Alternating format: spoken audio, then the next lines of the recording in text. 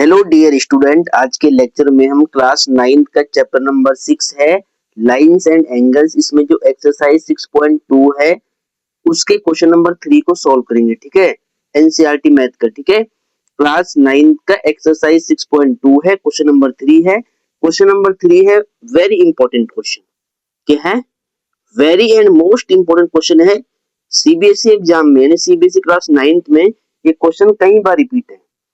ठीक है, तो इस क्वेश्चन को आपको बिल्कुल सही से सॉल्व करना है। क्वेश्चन को ध्यान से देखिए। तो डियर स्टूडेंट, क्वेश्चन का सॉल्यूशन स्टार्ट करते हैं। ठीक है, तो यहाँ पर सबसे पहले first of all we have to right solution and given. सबसे पहले आपको लिखना है सॉल्यूशन, फिर लिखना है आपको गिवन। तो देखिए गिवन में क्या दिया है पहले वो देखिए आप। बोला है क्वेश्चन नंबर 3 है इन फिगर 6.25। ठीक है, ये वाली फिगर जो होगी वो क्या होगी 6.25 पे। एनसीईआरटी बुक में आप देख लेना। ठीक है, इसका नेम है 6.25। अब देखिए in figure 6.25 if PQ parallel to ST। PQ line क्या है? ST के पैरेलल है। ठीक है, angle PQR equal to 110 degree and angle RST 130 degree. ठीक है, 130 डिग्री। Find angle QRS। देखिए QRS ये वाला एंगल आपको फाइंड करना है। क्वेश्चन मोस्ट इंपॉर्टेंट है। क्वेश्चन क्या है dear student? Question most important है, ध्यान से देखिए। तो देखिए बोला है कि PQ और ST लाइन पैरेलल है। देखिए PQ यहाँ पर P होगा, यहाँ पर क्या है, यहाँ पर P पॉइंट होगा। ठीक है, अब क्या बोला है कि PQ और ST पैरेलल है। PQ और ST लाइन आपस में पैरेलल है। PQR 110 डिग्री है एंड एंगल RST 130 डिग्री है।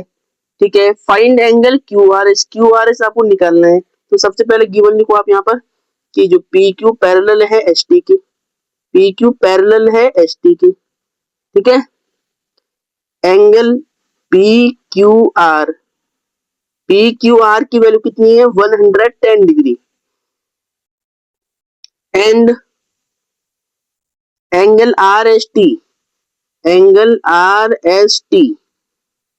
ठीक है, RST की वैल्यू क्या है? 130 डिग्री।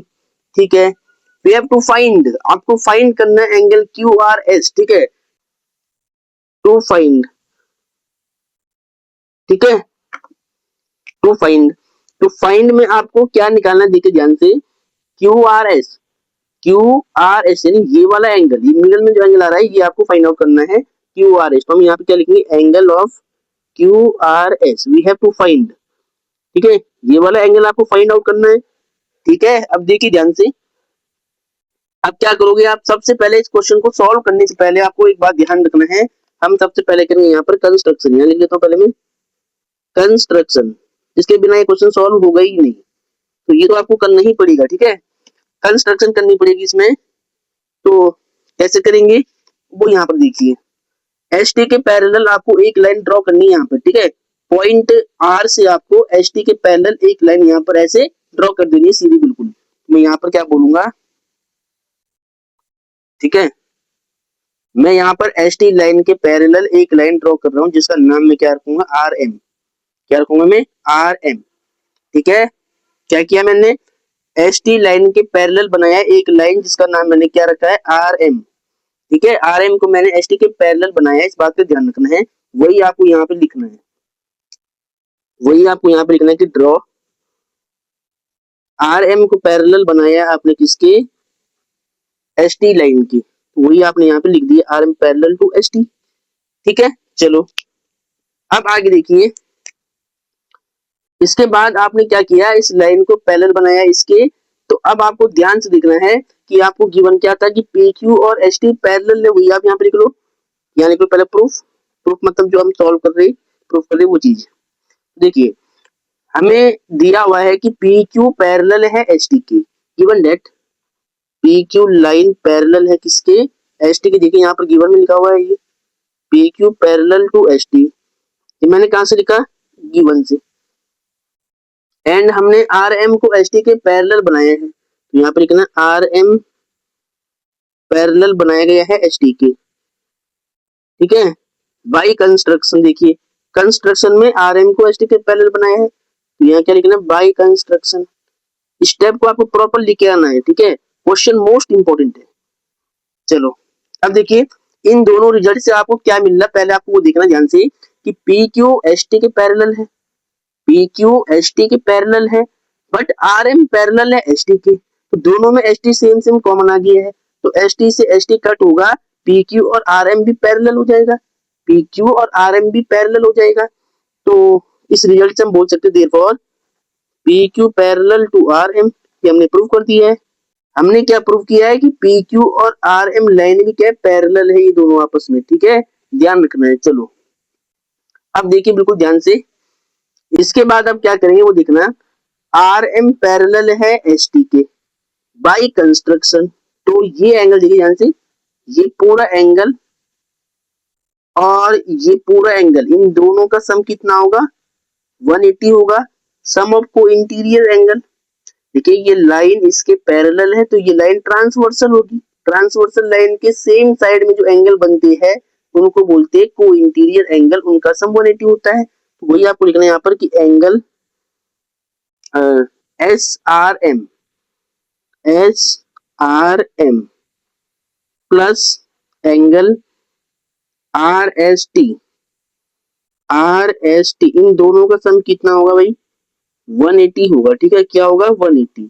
अब रीजन में क्या लिखना है, देखिए रीजन में आपको लिखना है को इंटीरियर एंगल, को इंटीरियर एंगल, ये आप लिख सकते हैं सम ऑफ को इंटीरियर एंगल, ठीक है, एक ही बात है। अब देखिए यहाँ से पहले आपको एस आर एम चाहिए होगा, ठीक है, आर एस टी आपके पास 130 है, तो यहाँ पर मैं एस आर एम मैंने सेम रख दिया है, आर एस टी कितना है 130, पुट करो यहाँ पर 130 इक्वल टू 180, तो देयरफॉर यहाँ से एंगल एस आर एम कितना हो जाएगा 180 माइनस में 130, प्लस का राइट में जाएगा माइनस का होगा, ठीक है, तो यहाँ से एस आर एम की वैल्यू कितनी आई, माइनस कर लो 50, ठीक है, कितनी आएगी 50 आएगी, यानी एस आर एम आपने निकाला है किसके लिए, क्यू आर एस निकालने के लिए निकाला है, ठीक है। तो अब देखिए ध्यान से यहाँ पर एस आर एम आपने निकाल दिया 50, ठीक है, एस आर एम यानी ये वाला एंगल आपने 50 निकाल दिया है। अब आपको निकालना है क्यू आर एस, ठीक है, क्यू आर एस की वैल्यू आपको चाहिए, तो ये कैसे निकालेंगे वो देखिए ध्यान से, पी क्यू पैरेलल था आर एम के, यहाँ पर प्रूव किया, देखिए पी क्यू आर एम के पैरेलल है, तो यही बात आप यहाँ पे लिख सकते हैं कि सिंस पी क्यू पैरेलल है आर एम के, कहाँ से मालूम चला, प्रूव्ड एबव, प्रूव्ड एबव, अभी आपने यहाँ पर इसको सिद्ध किया है, ठीक है, यहाँ से निकाला रिजल्ट कि पी क्यू और आर एम भी पैरेलल है।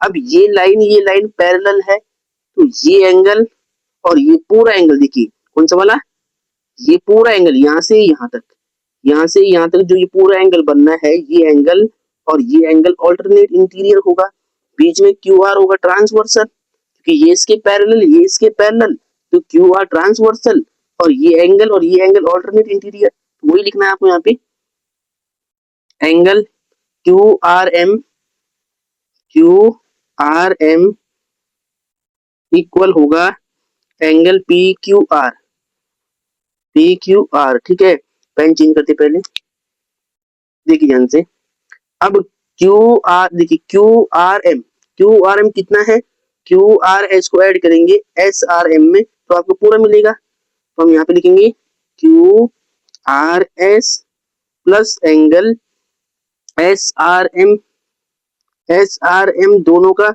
सम कितना होगा, क्यू आर एम के बराबर होगा, ठीक है, क्यू आर एम को हमने ऐड किया है, देखिए इस एंगल और इस एंगल में ऐड कर दिया इसको, जब इतने एंगल में इतना एंगल ऐड करेंगे तो क्यू आर एम मिलेगा, ठीक है, तो हमने वही लिखा है। अब यहाँ पर देखिए पी क्यू आर है वो सेम आएगा, ठीक है, इस एंगल को हमने क्या लिखा है, क्यू आर एम को लिखा हमने ये एंगल प्लस ये एंगल, बाकी ये एंगल पूरा इक्वल था इसके, तो ये हमने सेम रख दिया है। अब क्यू आर एस कितना है, क्यू आर एस ये आपको निकालना है, ठीक है, एस आर एम कितना है, एस आर एम है 50 equal to P Q are कितना है, पी क्यू आर है 110, यहाँ पे 110 रख दो।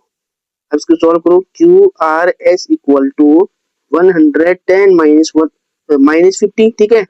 110 माइनस में 50, तो QRS कितना होगा, इसको माइनस करना तो 60 आएगा, ठीक है। कितना आएगा, 60 डिग्री आएगा। तो ये आंसर आपका आ गया है। क्वेश्चन इंपॉर्टेंट था, स्टेप ऐसे ही लिख के आना है, ठीक है। एक बार आप ध्यान से देखिए पूरा क्वेश्चन, क्वेश्चन मोस्ट इंपॉर्टेंट है, सीबीएसई बोर्ड में कई बार रिपीट है, तो इसको आपको बिल्कुल ध्यान से सॉल्व करना है, ठीक है। चलो